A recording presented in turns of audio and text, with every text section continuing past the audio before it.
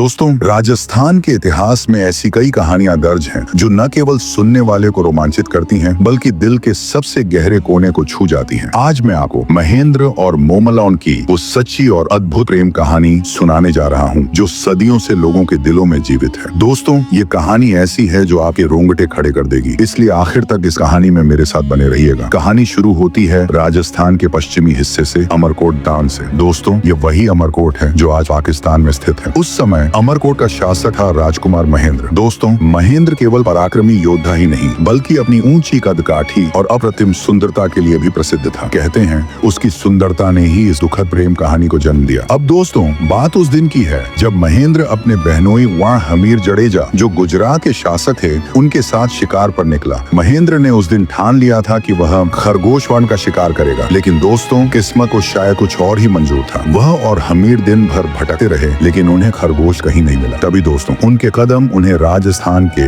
जैसलमेर मानन के पास आलो दरबार तक ले गए। वहाँ काक नदी के किनारे उन्हें एक खरगोश नजर आया। महेंद्र ने तुरंत तीर धनुष निकाला और निशाना साधा, लेकिन दोस्तों जैसे ही वह तीर चलाने वाला था खरगोश नदी में कूद गया और आंखों से ओझल हो गया। महेंद्र और हमीर हारकर नदी के पास एक पेड़ के नीचे बैठ गए। अंधेरा गहराने लगा था और उन्हें एहसास हुआ कि वे अपने क्षेत्र से बहुत दूर निकल आए हैं। दोस्तों, अब उन्हें रात बिताने के लिए एक ठिकाने की तलाश थी। तभी काक नदी के उस पार उन्होंने एक भव्य महल देखा। ये महल था लोदरवा की राजकुमारी और मोमल अरवान का। दोस्तों, मोमल की खूबसूरती के चर्चे पूरे राजस्थान में थे। कहते हैं उसकी सुंदरता इतनी अद्भुत थी कि उसे देखने वाले मंत्रमुग्ध हो जाते थे। महेंद्र और हमीर महल तक पहुंचे। वहाँ का दृश्य वाकई अद्भुत था। गुलाब के फूलों से सजा हुआ महल, चारों तरफ रौनक और सेवक सेविकाओं का हुजूम। दोस्तों, महल के सेवकों ने उनका स्वागत किया और उनका परिचय पूछने लगे। महेंद्र ने कहा, मैं अमरकोट का राजकुमार हूँ और यह मेरे बहनोई हमीर जडेजा हैं। हम शिकार के दौरान रास्ता भटक गए हैं और अब रात भर यहाँ रुकने की अनुमति चाहते हैं। सेवकों ने उनकी बात राजकुमारी तक पहुँचाई। दोस्तों, अब असली कहानी यहाँ से शुरू होती है। भोजन के बाद महेंद्र और हमीर जाने की तैयारी कर रहे थे। तभी एक सेवक राजकुमारी का संदेश लेकर आया। उसने कहा, राजकुमारी मोमल आपसे मिलना चाहती है, लेकिन एक शर्त है, वह आप दोनों से एक साथ नहीं बल्कि अलग अलग मिलेंगी। महेंद्र ने हमीर से कहा, आप बड़े हैं तो पहले आप जाइए। हमीर सहमत हो गया और राजकुमारी के कक्ष की ओर बढ़ा। लेकिन दोस्तों, जैसे ही वह गलियारे में पहुंचा उसने वहां कुछ ऐसा देखा जिसने उसके होश उड़ा दिए। गलियारे में बाघ, शेर और मगरमच्छ जैसे खतरनाक जानवर खड़े थे। डर के मारे हमीर लौट आया और महेंद्र को यह बात बताई। महेंद्र ने हमीर की बात सुनी और कहा, अगर यह सच है तो मैं खुद जाऊंगा और देखूंगा कि राजकुमारी मोमल कैसी है। दोस्तों, महेंद्र ने तलवार उठाई और राजकुमारी के कक्ष की ओर बढ़ गया। महेंद्र जैसे ही गलियारे में पहुंचा उसने देखा कि वहाँ एक शेर खड़ा है। बिना समय गवाए उसने अपनी तलवार निकाली और शेर की गर्दन पर वार कर दिया। लेकिन दोस्तों,